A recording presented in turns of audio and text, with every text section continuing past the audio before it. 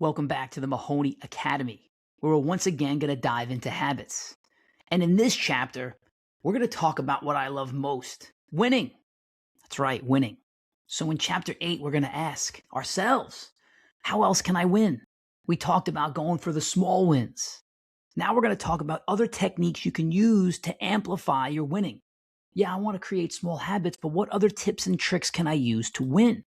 Because the goal is to win, and then win some more. We don't just want to win once. We want to win over and over and over again.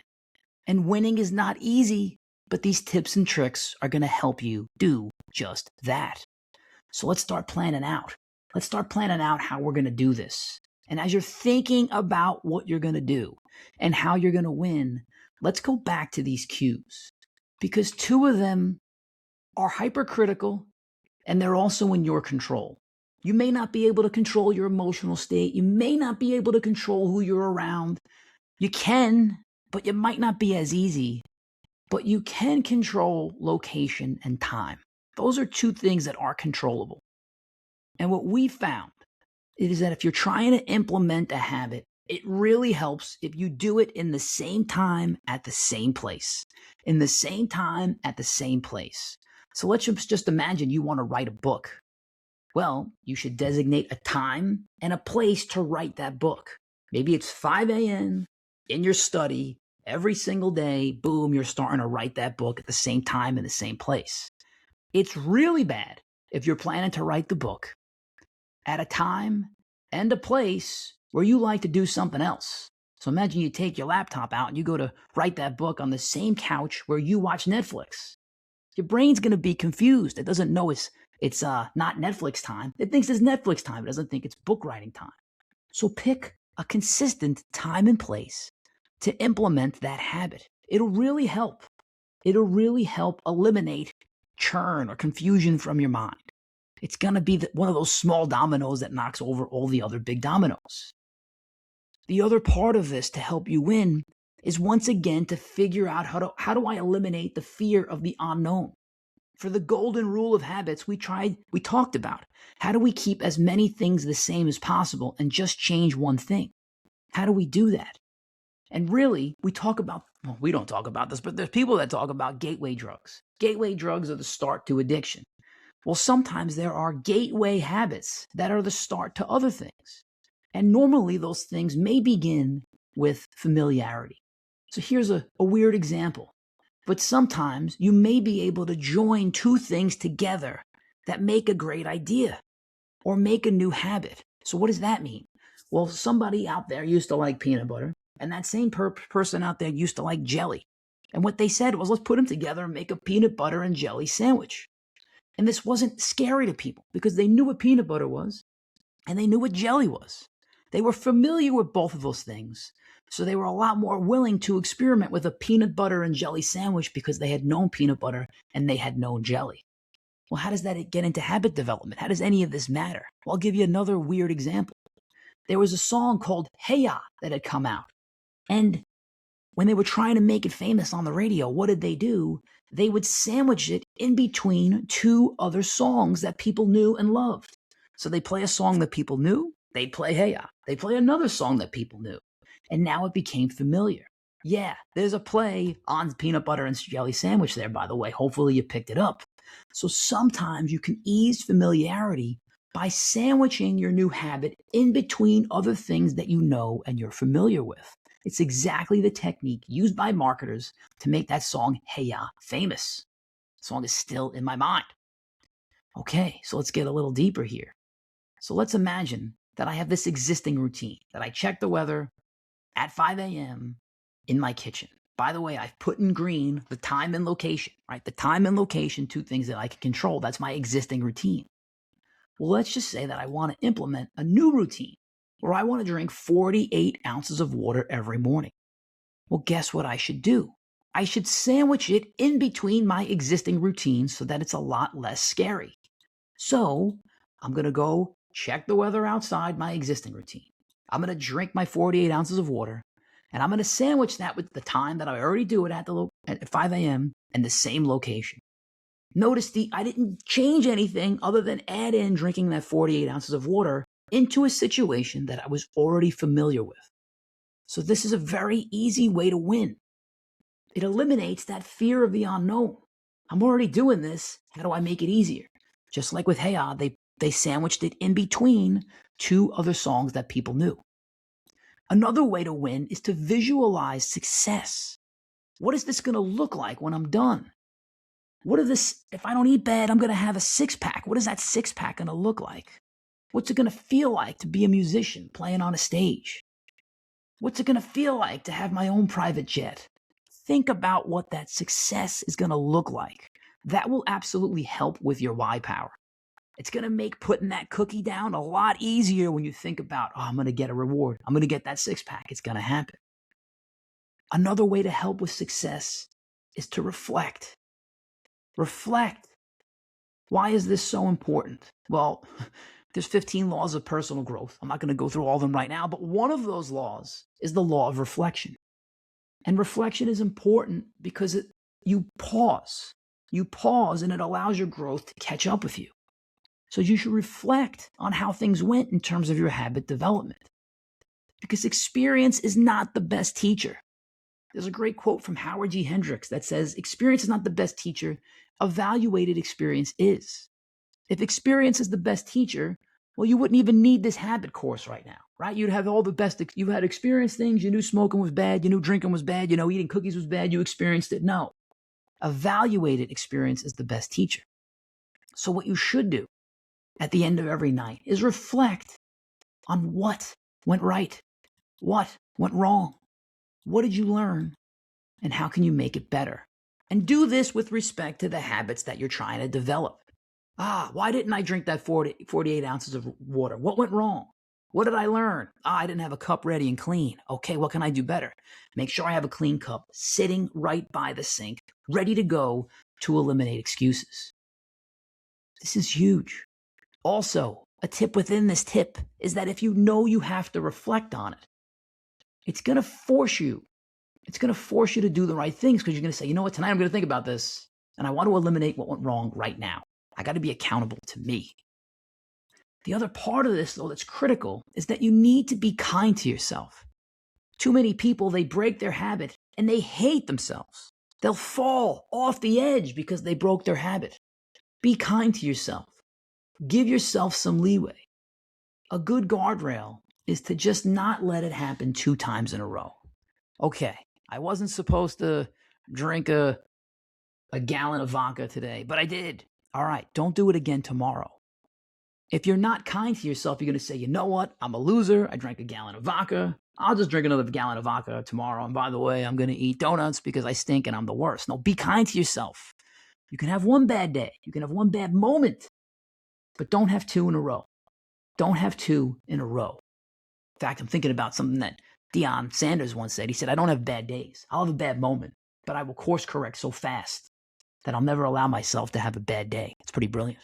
He's kind to himself. He's also super confident. He also said, make confidence your kind of like your cologne. People could smell the confidence coming off you. Now, I digressed a little bit, but that was worth talking about. This also links back to the law of consistency, right? If I don't allow myself to have 2 bad days in a row, then I'm going to be consistent. Yes, this is the law number 5 from the 15 laws of personal growth. Because the motivation is going to get you going. That is what's going to be your why power. That why power is going to help you take that first step. And the smaller that first step it is, the easier it is going to be able to take that first step and then the next step. But it's the discipline that's going to keep you growing, which is why you need to be consistent. That's why in those examples about the ice cube that was melting from the last chapter, or your compound interest, you need to be consistent with those tiny habits. Tiny habits are not going to do anything for you if you're not consistent. So you need to be consistent about it. And by the way, law number 4 about reflection is going to force you to be consistent. Now you may say, hey, George, how long is this going to take? How much time does it take for people to develop a new habit? And you've heard some things thrown out there. You've heard 21 days, you've probably heard 30 days, but this is where it gets a little tricky. There actually was a study that looked at how long it takes to develop a new habit. And the answer is not going to be one that you like. it actually took somewhere between 18 days and 254 days for people to develop a habit. The average was 66 days. Wow, what does that mean? It means there's a huge range. It means there's no good answer to the exact amount of days it's going to take for somebody to develop a new habit. But I'm going to let you look at this quote from James Clear, and this really hits it hard. He said, it doesn't matter if it's been 21 days or 30 days or 300 days. What matters is the rate at which you perform the behavior. You could do something twice in 30 days or 200 times. It's the frequency that makes the difference. And that's the key. It's about the consistency. How consistent can we be? And remember, the smaller it is, the smaller the habit is, the easier it is to be consistent. You can't jog 40 miles every day unless you're some sort of freak. So just go jogging 100 feet. You can do that every day and you'll win. And guess what? If you decide to jog 100 feet and you feel like pretty good that day, jog 150. Feeling even better, jog 200. And that 200 may become 2 miles. But be consistent in hitting that tiny habit. Now, I got to link this back to a story. It's not about Indiana Jones, but I feel like I met the real life Indiana Jones. I was at an MIT sports analytics conference, and the speaker got up, who was basically Indiana Jones. He said, listen, I'm not a basketball coach. I'm not a sports guy. I make maps. And what he started to do is make maps of the NBA and where players shot and where they scored from. And the NBA liked what he was doing so much that they actually hired him. The guy's name is Kirk Goldsberry. And he wrote a book called Sprawl Ball. And what he was doing in the book was showing how NBA players scored from certain areas and how they didn't score in other areas. You could basically map it out. So why would I bother covering, Curry in this region if he never scores from that region? Let him shoot, he'll miss. But then he said something that really linked to habits. They put all these sensors on basketball players to see what were the habits they had that made them score. Maybe their arm angles were all the same. Maybe their release points were all the same. And what he found out was that's not the case. Every NBA shooter had a different style. But what helped them score the most was the consistency in which they shot. If they shot the same way all the time, they scored more points. So it's not about the technique. It was about the consistency of the technique. It's the same thing for NFL kickers, college kickers. They have to have the same technique. I coach special teams for high school football. I've realized that I need to coach them less and just make sure they do the same thing every time. They're developing a habit. It's about the consistency. So don't keep changing things up because you're bored, especially when it comes to the technique. Do what works for you so that it's a habit and you don't have to think. Now, there's a story, I don't watch golf, but there's a story about Greg Norman, who was, I believe, a Masters champion. And they were tracking his timing while he was a Masters champion from the time he picked up his club to the time he swung. And it never varied by like 1 or 2 seconds. But then he had this collapse. He was doing really well, I believe, in 1996, and he had this collapse where everything fell apart. It was an embarrassment. And when they did the same study, they realized that his times were completely and totally varying. It wasn't that 1 to 2 second variation from touch the club to swing. His method, his routine was all messed up.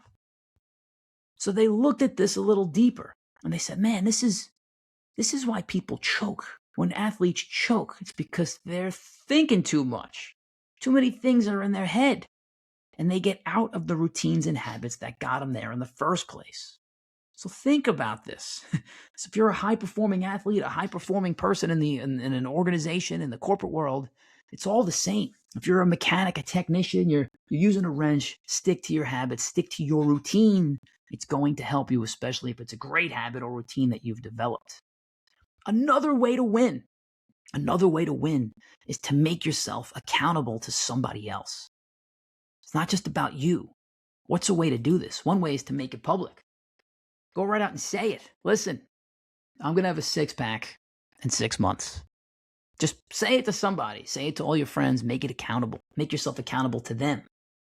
Now it's another push on your why power. Or you can get an accountability partner. Hey, Joe, Tim, me, the 3 of us, we're going to have 6-packs in 6 months. Let's go. The 3 of us together. You hold me accountable. I hold you accountable. That also increases your why power. Another thing to do is to possibly make a bet with somebody A bet that's so bad that you can't not go through with what you want to do for your habit. Listen, if I don't get a six-pack in 6 months, then I have to give $10,000 to my rival college, and I hate that college, but I'll have to do it. These are all things to increase your why power. The truth now is that you already know the answers that you're looking for. I'm probably not telling you anything that you don't already know. There's probably a difference between what's in your mind and what you can and should actually do. At this point in the training, you have almost all the tools in your toolbox. There'll be another chapter later where we're going to talk about organizational change, and you're changing other people. You're changing your team, you're changing your department, you're changing your company. But right now we're focusing on you. And really, I believe you have all the answers to the test at this point. So now for you, it's a matter of prioritizing and executing. What should I do first? And then I got to go and do. Figure out who you want to be. Figure out the smallest step you can possibly take, and then go and do. You shouldn't just listen to this class. You should study it and live it. You should study it and live it. Now, the best part of this is that you just got to start. It might be the hardest part, but it could also be the easiest part, especially if you pick the smallest habit possible. So just go start. Start. I'm going to put this quote back up from Mark Twain, one that we've talked about before. In fact, it was in the last chapter. The secret of getting ahead is getting started. The secret of getting ahead is getting started. And the secret of getting started is breaking your complex, overwhelming tasks into small, manageable tasks and starting on the first one. Let that sink in. I've probably said this quote 1,000 times. I hope I say it 1,000 more, because this is one of the key reasons that people fail. They don't start, or they go too big. This encompasses it all. So go start. We're going to prioritize and execute. Take that first step and do it on the smallest thing possible. Don't pick the biggest thing possible. Pick the smallest thing possible. They say the heaviest weight at the gym is the front door. So what the hell does that mean? It means that if you're trying to go work out, the hardest thing to do is get through the front door. They might mean at the gym. It might even mean the front door of your house. If you don't want to work out, just get out of your house, get in your car. If you can get in your car, you're probably going to get to the gym parking lot. If you can get to the gym parking lot, just walk into the gym. If you're still not feeling it, turn around and go home. But 9 times out of 10, if you just got into that gym, you're going to work out, you're going to have a great workout. So the heaviest weight at the gym is the front door. The most disgusting piece of broccoli is the first bite that you have. The hardest page of the book to read is the first letter you're going to read in that book. So just start. Get some momentum. If you want to be an author, let's take that example right now. If you want to be an author, start small. Write 1 sentence. Then write 1 paragraph. Then write 1 page. Then write 1,000 words. And then write 5,000 words. Notice the commitment was not, I'm going to write 5,000 words a day. Start with 1 sentence. I'm going to write 1 sentence. That's what I'm going to do. If I'm going to be an athlete, I'm going to put on my gym clothes. Wake up, put my gym clothes on. Then maybe I'll drive to the gym. If I drive to the gym, then I'll go into the gym. If I go into the gym, then I'm going to train for 10 minutes. And if I train for 10 minutes, then I can train for 45 minutes. Are you getting this pattern? Are you seeing how easy it can be? Just take that first step. Prioritize what's important. Find that keystone habit, the smallest possible thing, and take that first step. And you won't lose. You won't lose. Go and take action today. Now I'm going to leave you with a little bit of a bonus section in this section. It's a bonus to winning. It's a bonus to winning. And it's called, well, it's really, I don't even know what it's called. But I would say sometimes it's great to be different. It's great to be different. Now, I'm not saying to be different just to be different. But what I'm saying is you might find different habits that you're really easy for you to develop and hard for other people to develop. It's what makes you unique. It makes you you. And part of that can be what I call talent stacking. meaning you take two different habits and you stack them on top of each other. Because pancakes are pretty good, syrup's pretty good, butter's pretty good. You put all three of them together, that's really, really, really good. Right? A pancake without syrup, it's okay. If you just ate a stick of butter by itself, it's pretty gross. If you had some syrup by itself, it's probably not bad. But you put all three together, it's sick. It's sick. So someone once said this about Joe Rogan. I think it was Naval Ravikant. He said, Joe Rogan, what makes you is that you have these stackable habits. You're a great speaker. You know UFC. You're a comedian. You stack them together. That makes you unique. It's kind of like having a grizzly bear in a circus. By the way, I don't think they do this anymore, at least in the United States. So that's pretty cool. And then you can have someone who can ride a unicycle. That's pretty cool. And then if you have a grizzly bear on a bicycle, that's really, really cool. So that is just stackable habits. It's stackable habits. And that's what that guy was saying about Joe Rogan. So think about you and think about, do you have stackable habits? Maybe you don't need to be the best comedian or the best podcaster or the best UFC commentator. Joe Rogan may not be the best at all three of those things, but when he can stack them together, then he became the most famous podcaster that there ever was, possibly the most famous interviewer there ever was. And I'll leave you with this commentary on a guy named Scott Adams. Some people loved him, some people hated him, but he had a very successful career for a comic named Dilbert. And he said, I had stackable habits. I wasn't the funniest guy, but I was pretty funny. I wasn't the best cartoonist, but I was pretty good. When I stacked those habits together, that's what made me great. That's what made me rich. That's what made me separate myself from the pack.